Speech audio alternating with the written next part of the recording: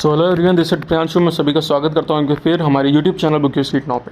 तो जैसे कि मैंने पहले की वीडियो में बताया था कि मैं बहुत जल्द आपके पास डॉक्यूमेंट्स के रिलेटेड वीडियो लाने वाला हूँ, जिसमें मैं आपको डिटेल में बताऊंगा कि आपको कौन कौन से डॉक्यूमेंट्स की रिक्वायरमेंट होगी at the time of NEET PG 2023 counselling. चाहे वो आपकी ऑल इंडिया काउंसलिंग हो या कोई भी अदर स्टेट की काउंसलिंग हो, उसमें कौन कौन से डॉक्यूमेंट्स की रिक्वायरमेंट होगी, वो सारी चीज़ें मैं डिटेल्ड में आज वीडियो लेके आया हूँ, जिसमें मैं आपको वन बाय वन सारे डॉक्यूमेंट्स की डिटेल्स आपको शेयर करूंगा, कौन कौन सी रिक्वायरमेंट रहेगी, साथ ही साथ कौन कौन से डॉक्यूमेंट जो रहेंगे वो आपको अभी से बनवान लेने चाहिए ताकि आपके लिए बेनिफिट रहे at a time of counselling. क्योंकि आपके पुराने डॉक्यूमेंट्स जो होते हैं, लाइक आपकी डोमिसाइल सर्टिफिकेट हो गया या कास्ट सर्टिफिकेट हो गया, ये डॉक्यूमेंट्स ऐसे होते हैं जिनका आपको 3 महीने पहले का चाहिए होता है। मतलब अप्रैल के बाद से जो आपके डॉक्यूमेंट्स रहेंगे ये वाले, ये आपके रिन्यू होने चाहिए, ठीक है। तो इसलिए अभी से आप रिन्यू कर लीजिए तो आपको बेनिफिट रहेगा। मैं आपको वन बाय वन बताऊंगा कौन कौन से डॉक्यूमेंट्स आपको रिन्यू करने पड़ेंगे, कौन कौन से नहीं करने पड़ेंगे। सारी चीज़ें डिटेल्ड में इन्फॉर्मेशन आपके लिए होने वाली है, कोई भी डाउट मैं नहीं छोड़ूंगा। कोशिश करूंगा कि आपके अदर स्टेट्स भी हैं, लाइक कर्नाटका हो गया, पौंडीचेरी हो गया, तेलंगाना हो गया, वहाँ साइट के भी जो जो डॉक्यूमेंट्स की रिक्वायरमेंट होगी, मैं सारी चीज़ें वन बाय वन इसी में डिस्कस कर लूँगा। एक साथ ही में सारे डॉक्यूमेंट्स बता दूंगा, तो आपको सारे पता चल जाएंगे, बेनिफिट्स पता चल जाएंगे क्या क्या होने वाले हैं आपको अभी से, अगर आप सारे डॉक्यूमेंट्स अपने अप टू डेट रखते हैं तो वीडियो शुरू करने से पहले मैं बता दूं, जो कोई भी हमारे चैनल पर नया है प्लीज़ हमारे चैनल को सब्सक्राइब कर लीजिए, क्योंकि ऐसी इन्फॉर्मेटिव वीडियोस अपडेट्स आपको हमारे चैनल पे मिलेंगे रिगार्डिंग नीट पीजी 2023। साथ ही साथ अगर आपने हमारा टेलीग्राम चैनल ज्वाइन नहीं किया है तो प्लीज़ उसे ज्वाइन कर लीजिए, क्योंकि इस बीच आपकी काउंसलिंग है, जैसे कि आपको मालूम होगा, बहुत जल्द आपकी स्टार्ट होने वाली है। विदिन 1 मंथ बहुत जल्द आपको नोटिफिकेशन मिल जाएगी कि कब से आपकी काउंसलिंग स्टार्ट हो रही है, नोटिफिकेशन आ जाएगी। तो वो नोटिफिकेशंस, पीडीएफ अपडेट्स जो है, मैं आपको यूट्यूब के माध्यम से इतना नहीं बता पाता हूँ जितना मैं आपको पीडीएफ और वहाँ पर शेयर कर देता हूँ। तो वो टेलीग्राम चैनल जरूर ज्वाइन कर लीजिए। साथ ही साथ अगर आप पेड सर्विसेज लेना चाहते हैं तो एक नॉमिनल फीस है, वो आपको पे करनी पड़ेगी। हमारे काउंसलर एक्सपर्ट्स द्वारा आपसे फर्दर चीज़ें जो भी आपकी काउंसलिंग है वो करवाई जाएगी हमारे थ्रू। कोशिश ये रहती है कि आपकी जो भी ड्रीम ब्रांच है, जो भी आपका पर्टिकुलर स्टेट है, उसी स्टेट में प्रोवाइड करा दी जाए, वरना फिर आपको अदर स्टेट के लिए फॉरवर्ड करना पड़ता है। कौन कौन सा स्टेट्स आपके लिए रहेगा वो सारी चीज़ें डिटेल में आपको बताई जाती है हमारे काउंसलर द्वारा, तो ऐसे आप कर सकते हैं। तो खैर, ये तो बात हो गई हमारे टेलीग्राम और पेड सर्विसेज के बारे में। जो हमारा मेन टॉपिक है, documents required for NEET PG 2023 counselling, हम उस पर कंटिन्यू करते हैं। तो सबसे पहले जो हमारा डॉक्यूमेंट आता है वो है हमारा रिवाइज स्कोर कार्ड। ये जो स्कोर कार्ड है ये आपको अभी नहीं मिला होगा, कुछ टाइम बाद आपको एक रिवाइज कट ऑफ आपके पास आ जाएगा।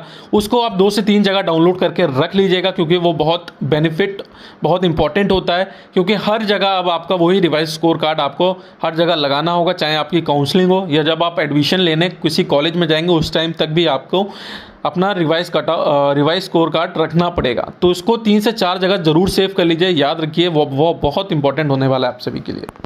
दूसरे नंबर पे हमारा एडमिट कार्ड आता है। जब आपने फॉर्म फिल किया होगा तो आपको एग्ज़ाम देने से पहले आपका एडमिट कार्ड आया होगा, वो आपको रखना ज़रूरी है, मैंडेटरी है। तीसरे नंबर पे अगर हम बात करते हैं, 3rd नंबर पे हमारी MBBS डिग्री सर्टिफिकेट, जो आपने MBBS किया रखा है उसका एक डिग्री सर्टिफिकेट आपको लेना ज़रूरी है। देन इसके बाद MBBS passing certificate. Then 5th number पे हमारा आता है MBBS मार्कशीट। 1 बाय 1 जितनी मार्कशीट है आपकी 5 साल की, सारी मार्कशीट आपको अपने पास कैरी करनी है।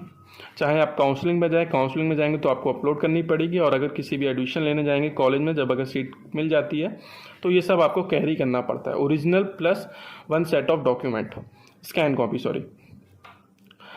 MBBS मार्कशीट हो गया। देन 6th नंबर पे हमारे आएगा इंटर्नशिप सर्टिफिकेट। जो आपने 1 साल का इंटर्नशिप किया होगा उसका सर्टिफिकेट आपको मिला होगा, क्योंकि उसमें डेट ऑफ इंटर्नशिप रहती है कि कब तक आपने की रखी है और कहाँ पर आपने की रखी है। उसका एक नंबर होता है, वो नंबर भी इंपॉर्टेंट होता है, तो उसके लिए इंटर्नशिप सर्टिफिकेट मांगा जाता है। देन 7 नंबर पे हमारा MBBS रजिस्ट्रेशन आता है, जो किसी भी आप स्टेट या किसी भी सेंट्रल लेवल पे आप करवाए होंगे, उसका सर्टिफिकेट मैंडेटरी होता है। देन हमारा 8 नंबर पे 10th और 12th की मार्कशीट आती है, वो आपको कैरी करनी होती है या अपलोड करनी पड़ती है काउंसलिंग के टाइम पे।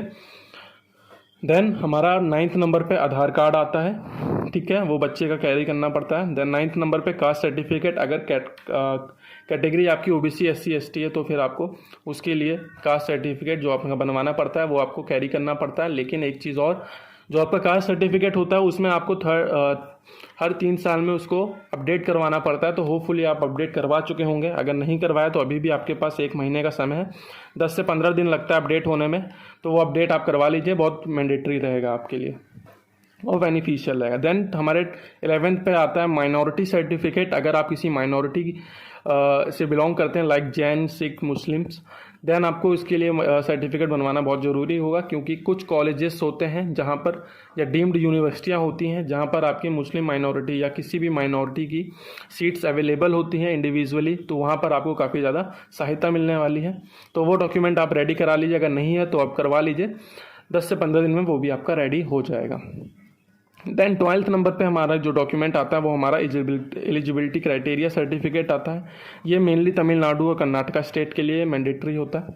देन 13th नंबर पे जो हमारा डॉक्यूमेंट आता है वो हमारा certificate from head of institute, या फिर हम सिंपल लैंग्वेज में कहें कि वो MCI से आपके जिस कॉलेज से आपने MBBS किया है वो MCI से अप्रूव्ड थी या नहीं थी, उसका वो आपको हेड ऑफ डिपार्टमेंट से, हेड ऑफ इंस्टीट्यूट से आपको सर्टिफिकेट लेके आना होता है। वो आपको एक सर्टिफिकेट प्रोवाइड करते हैं, उसमें ये चीज़ पब्लिश होती है, लिखी होती है, सॉरी। देन हमारे 14 नंबर पे आता है गैप सर्टिफिकेट। अगर आप MBBS के बाद अगर आप PG परस्यू करते हैं 2 साल 3 साल बाद या गैप लेते हैं तो उसका एक गैप सर्टिफिकेट बनवाना पड़ता है। वो आप नोटरी पैड पे बनवा सकते हैं कि आपने इतने दिन क्या किया। अगर प्रिपरेशन किए तो आप उसमें मेनली लिखवा सकते हैं हर चीज़, या अगर किसी कॉलेज या किसी के अंडर काम किया तो वो सब आप उसमें लिखवा सकते हैं। देन हमारा मेडिकल फिटनेस सर्टिफिकेट आता है, वो आप किसी भी MBBS डॉक्टर से करवा सकते हैं। देन 16th नंबर पे हमारा माइग्रेशन सर्टिफिकेट आता है, ये आपको कॉलेज से मिलता है। देन डोमिसाइल सर्टिफिकेट आता है कि किस डोमिसाइल से आप बिलोंग करते हैं। देखिए सेंट्रल में तो आपको कोई इशू नहीं होता है जब आप ऑल इंडिया काउंसलिंग करते हैं। जब आप स्टेट की काउंसलिंग करते हैं उसमें आपको बहुत ज़्यादा मैंडेटरी होता है आपके डोमिसाइल सर्टिफिकेट, इसलिए ये भी बहुत इंपॉर्टेंट है, आपको इसको भी करवा लेना चाहिए। देन हमारा 18th नंबर पे जो हमारा डॉक्यूमेंट आता है वो हमारा ट्रांसफ़र सर्टिफिकेट आता है, TC, जो आपको कॉलेज से मिलती है, वो आपको रखनी है। 18 नंबर पे तेलुगु सर्टिफिकेट आता है। ये आपके जैसे कि कुछ जगहें, जैसे आप पौंडीचेरी ले लीजिए, वहाँ पर भी कुछ स्टेट यूनिवर्सिटीज़ हैं जो तेलुगु के लिए, पीपल्स के लिए एक अलग से कोटा मिलता है, तो उसके लिए तेलुगु सर्टिफिकेट बहुत मैंडेटरी है। ये तेलुगु लोगों के लिए, पौंडीचेरी साइड के लोगों के लिए मैंडेटरी है, आप उसके लिए ये सर्टिफिकेट अपना बना सकते हैं। देन 19th नंबर पे जो डॉक्यूमेंट आता है वो हमारा NOC सर्टिफिकेट आता है। अगर आप किसी भी गवर्नमेंट में हॉस्पिटल में काम कर रहे हैं या फिर किसी भी प्राइवेट हॉस्पिटल में काम करते हैं तो एक NOC सर्टिफिकेट आपको उधर से बनवाना पड़ता है, वो आपको कैरी करना पड़ता है at the time of counselling और at the time of admission.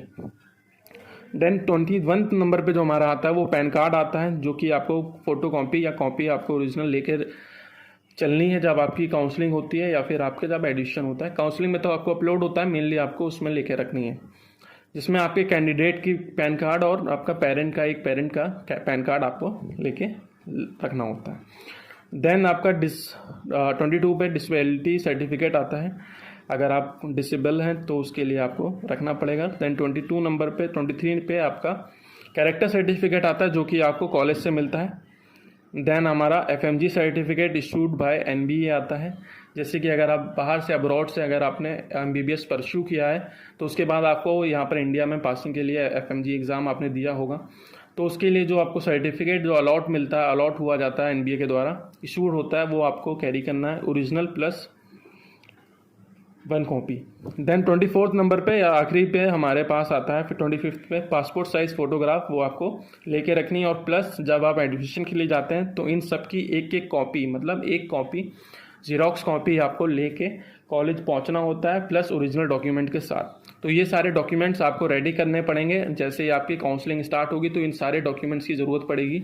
जैसे आपको सीट मिलती है या जैसे ही आपकी काउंसलिंग स्टार्ट होती है तो ये सब चीज़ें आपको अपलोड करनी पड़ती है।